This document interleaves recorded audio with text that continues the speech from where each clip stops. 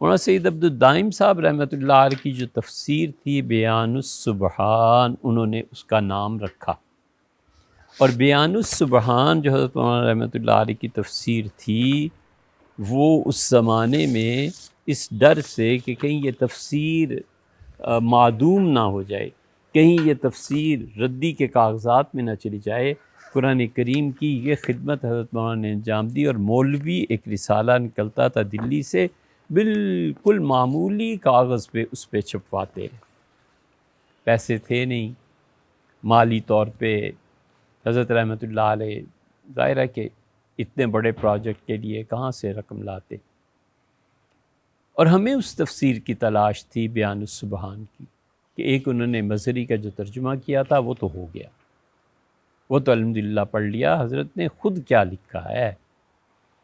یہ تفسیر کہیں نہیں مل سکی۔ پھر دیوبند گئے تو معلوم ہوا کہ دیوبند میں ایک مرتبہ ایک کتب خانے والوں نے تفسیر حضرت رحمۃ اللہ علیہ کی ساری چھاپ دی تھی، لیکن اب نایاب ہے، ملتی نہیں۔ پھر سوچا کہ اس امت کو جن چیزوں سے محرومی ہو گئی ہے، انہیں کیا احساس ہے کہ کتنی کتنی نایاب چیزیں ہم نے کھو دی ہیں،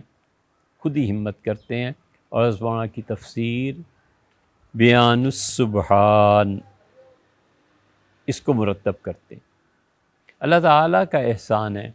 اور خدا کا شکر ہے کہ جو آپ لوگ پیسے بھیجتے رہتے ہیں نا ہمیں، یہ دیکھیں کس کام آتے ہیں۔ آپ زکوٰۃ بھیجتے ہیں، صدقات کے پیسے بھیجتے ہیں، ندوہ کو آپ جو کچھ بھی دیتے ہیں، ہم نے کئی برس 10 سال سے زیادہ کھوج لگا کر یہ تفسیر ڈھونڈ نکالی، اس رسالے سے کچھ لیا، کچھ اس رسالے سے لیا، مولوی رسالے کی کچھ چیزیں بالکل خستہ حالت میں ہمیں جامعہ مدنیہ کے کتب خانے سے مل گئی، ہم نے اسے فوٹو کاپی کرا لیا، اور آخر یہ سارا کام جو بھی تحقیق کی تھی یہ پچھلے برس ہمارے دوست ہیں مولانا عرفان اکبر صاحب، وہ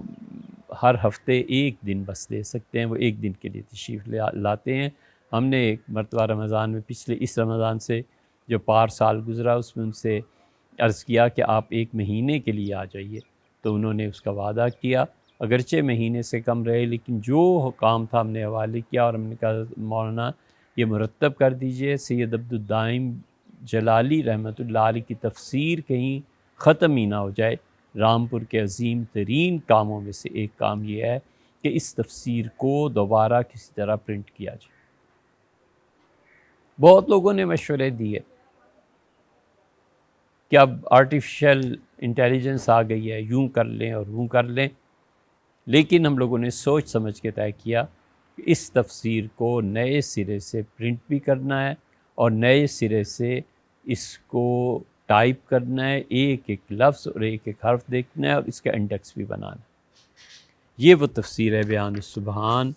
جس پر کئی برس محنت کر کے ہم نے اسے جمع کر لیا تھا۔ اللہ کا شکر ہے اب اس کے 10 پارے ایسے ہو گئے ہیں کہ جو چھپنے کے قابل ہیں۔ یہ تفسیر کا پہلا صفحہ آپ نے دیکھ لیا، یہ حضرت مولانا نے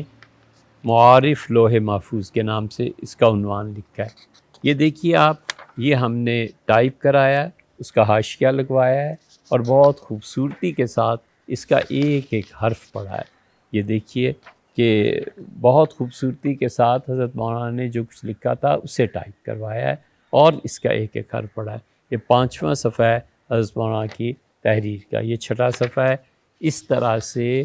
اس تفسیر کے 10 پارے ہمارے پاس اب مکمل طور پہ تیار ہیں اور یہ پرنٹ کرانی،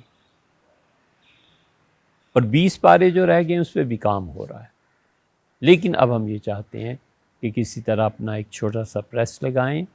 اور اس تفسیر کو محفوظ کر دیں۔ رامپور کی یہ یادگار، اور دنیا میں جتنے اردو لکھنے پڑھنے اور قرآن کریم کے سمجھنے کے لیے طالب علم ہیں، وہ اس تفسیر کا مطالعہ کریں تاکہ انہیں پتہ چلے کہ تفسیر کی راہ سے، قرآن کریم کی تفسیر کی راہ سے جو گمراہیاں امت میں آئی ہیں، ان گمراہیوں کا جواب حضرت مولانا رحمہ اللہ نے لکھا ہے۔ تفسیر مکمل موجود ہے، جگہ جگہ سے چن چن کے اکٹھی کر لی الحمدللہ، اور پہلی مرتبہ ہم یہ چاہتے ہیں اب کہ ندوہ اس سے چھاپیں، اور ندوہ کو اس تفسیر کے چھپنے میں جو پچھلے برس کام ہوا تھا، اس برس میں ہم نے ایک چھوٹا سا پریس لگانے کی اسکیم کی ہے،